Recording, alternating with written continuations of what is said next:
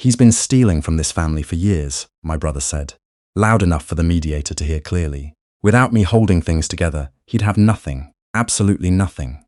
He didn't look at me when he said it. He never did, not when he was performing. The mediator's office on Wellington Street was smaller than I expected. Beige walls, a window overlooking a parking lot, two lawyers sitting across from each other, like they were waiting for a chess match to begin. My brother sat beside his attorney wearing the expression he always wore in rooms like this, calm, certain. The look of a man who had never once considered that he might be wrong about anything. I sat with my hands flat on the table. My lawyer touched my arm briefly, a small signal. I already knew what it meant. Wait, the mediator glanced at the folder in front of him, then looked at my brother's attorney. Before we continue, he said carefully, I want to make sure all parties have reviewed the documentation submitted this morning. My brother's attorney frowned. We've reviewed what was sent to us, yes? All of it? A pause, shorter than it should have been. Yes. The mediator folded his hands. He looked at me, and for a second something passed across his face that wasn't quite neutral. Mr. Hartley, he said, would you like to walk us through the timeline? I looked at my brother. For the first time that morning, he looked back at me, and I watched the certainty in his eyes begin to flicker. My name is Daniel Hartley. I'm 41 years old, and I work as a forensic accountant out of Guelph, Ontario. I've spent 15 years tracing money, following it through shell companies, mismatched invoices, accounts that appear normal until you look at the dates. It's quiet work, careful work. Most people find it dull. My brother never imagined it would be the thing that undid him. We grew up in a house in Burlington, my brother and I and our parents. My father worked in insurance for 30 years. The kind of careful, methodical man who kept every receipt in a labeled folder and never bought anything he couldn't pay for in full. He taught me that documentation was a form of respect. For money, for agreements, for the people who trusted you. My brother absorbed a different lesson from our father's life. He saw the house, the savings, the RRSP accounts, and he calculated. My brother is 6 years older than me. He was always the one who knew how things worked, or at least who said he did. When my father's health started declining, it was my brother who stepped in to help with finances. He had the right vocabulary, the right confidence. Our parents trusted him. I was working in Toronto then, buried in audit files, and I told myself the arrangement made sense. My brother lived closer. He was available. He had taken an interest. I told myself that story for 3 years. The first time something felt wrong, I was visiting my parents on a long weekend in October. My father was in the living room watching a game, and my mother was quieter than usual. I asked if everything was okay, and she said yes in the way people say yes when they mean they don't know how to begin. After dinner, when my father had gone to bed, she asked me a strange question. She said she had tried to access their joint checking account online, and the balance had shown something she didn't recognize. A number much lower than she expected. She asked me if I thought it was a bank error. I said probably. I said I'd look into it. I didn't sleep well that night. On the drive back to Guelph the next morning, I kept thinking about the way she'd said it. Quietly, carefully, like she was afraid of what the answer might be. My mother was not a woman who asked questions unless she already suspected the answer. I did look into it, not aggressively at first. I wasn't ready to think what I was starting to think. I called my brother and mentioned casually that our mother had noticed something odd with the account. He said it was nothing, a transfer he'd made for a household expense. He'd explain it to her. His tone was easy and reassuring. That should have settled it. It didn't. I'm trained to notice the things people don't say. In conversation, in documents, in numbers. What my brother hadn't said was what the transfer was for, or how much, or when he planned to explain it. 3 sentences, all surface, no substance. I've seen that pattern in boardrooms and depositions, and it never means nothing. Over the next few weeks, I started paying closer attention. Not confronting, not accusing, just watching. I visited more often. I offered to help organize some paperwork. My father, who had always been meticulous, had become less so as his health declined, and there were documents scattered across the desk in his office that hadn't been filed in months. I organized them. While I did, I read them. What I found didn't alarm me immediately. It concerned me. There were withdrawals from their checking account that appeared regularly. Modest enough to seem like household expenses, but inconsistent with my parents' actual spending patterns. There were 2 checks made out to a numbered company I didn't recognize.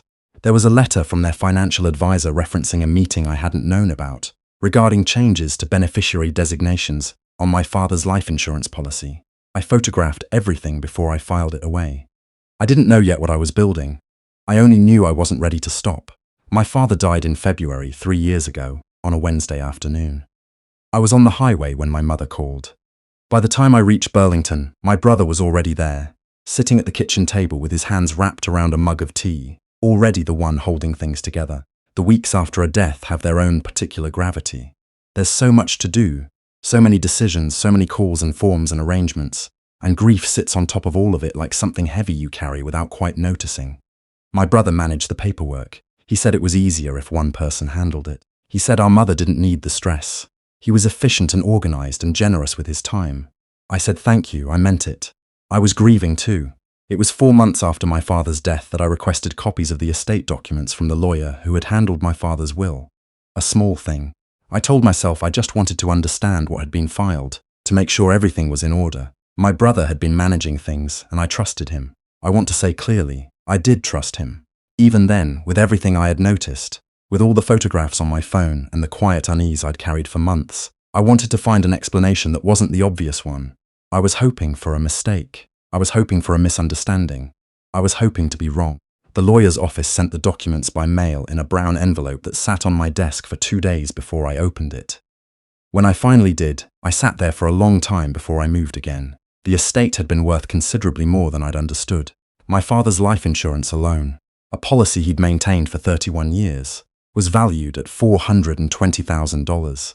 His financial documents showed registered savings, a small pension payout, and the proceeds from a term deposit that had matured 2 months before his death. What the documents also showed was that several of these assets had been redirected.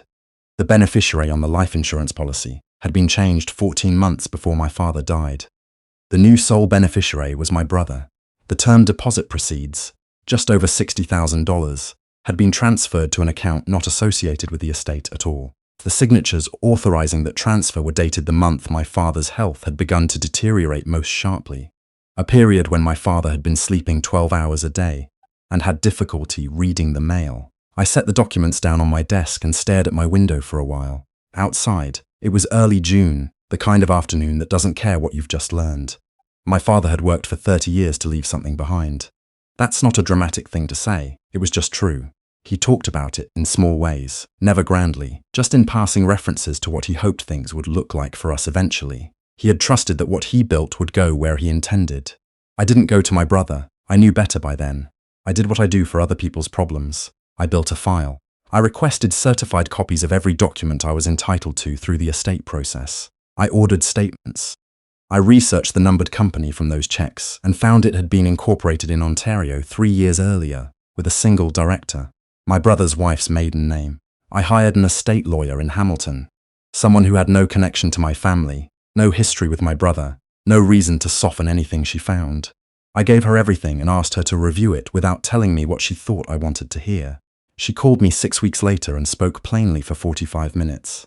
Then I hired a forensic accountant, a colleague from a firm I'd worked with in Toronto, someone I trusted completely. He worked independently. His report took 8 weeks and was 43 pages long. I want to be honest about what those months felt like. I wasn't operating on anger exactly. Anger would have been easier, cleaner. What I felt was something more disorienting, the experience of looking at a person you've known your whole life and realizing you'd been looking at a performance. Every time my brother had stepped in to help, every time he'd been efficient and capable and kind in all the visible ways, I had to reconsider what each of those moments had actually been. I didn't tell my mother what I was doing. I'm still not entirely sure I made the right decision there. She was grieving, and she relied on my brother, and I had no idea how long the process would take or how it would end. I told myself I would only involve her when I had something certain to show her, something she couldn't be talked out of. I kept visiting. My brother and I spoke on the phone. Normal conversations, nothing unusual.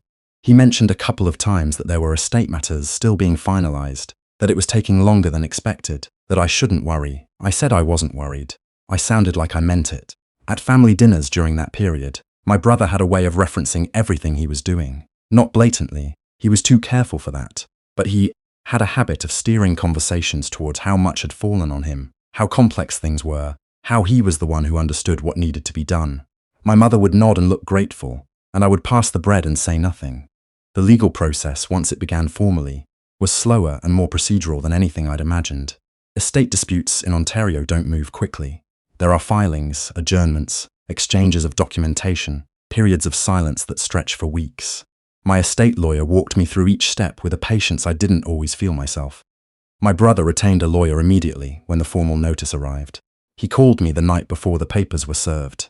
He must have had some warning and left a voicemail that was strange in its restraint. He said he hoped we could talk before things went any further. He said family should handle things privately. He said he was only trying to protect what our father would have wanted. I didn't call him back that night. I thought about my father's voice, the way he explained things slowly and thoroughly, the way he trusted people to do what they said they would do. I thought about what he would have wanted, and I thought my brother had a lot of nerve invoking that.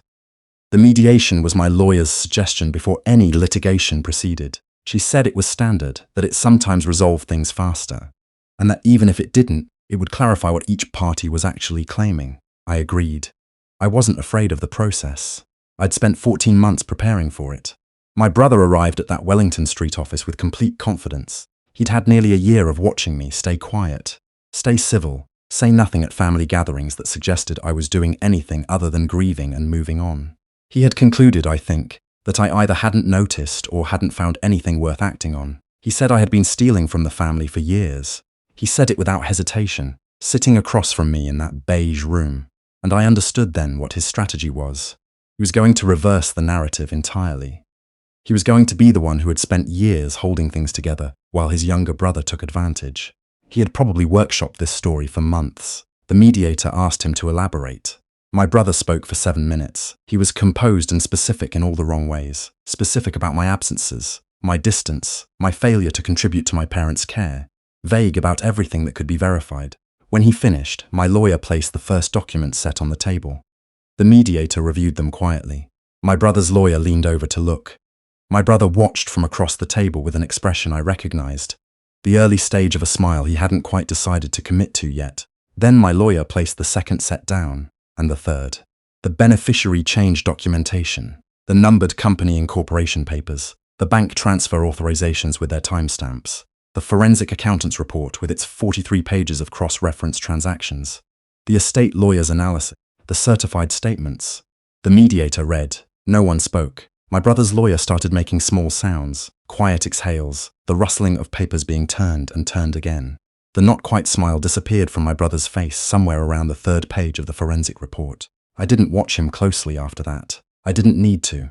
What the documents showed, laid out in sequence, was a course of conduct spanning 4 years. Changes to financial accounts during a period when our father's cognitive capacity was clearly declining. Transfers to entities my brother controlled. Beneficiary designations altered in the final year of my father's life. None of it was invisible once you looked. The only thing that had kept it invisible was the assumption that my brother was the one managing things, and therefore the one who could be trusted.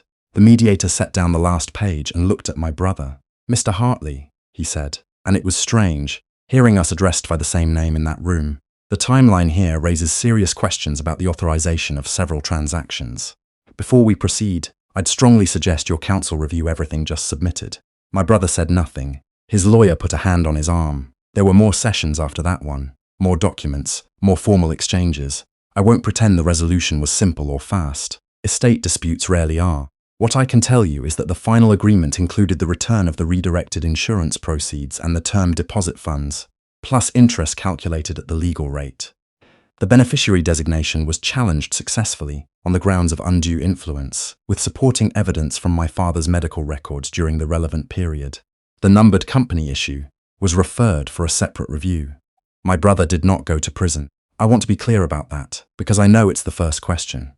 The conduct, while deliberate, fell into the territory that estate law navigates in civil rather than criminal terms, undue influence rather than fraud, in the legal sense, though the distinction felt fairly academic to me personally.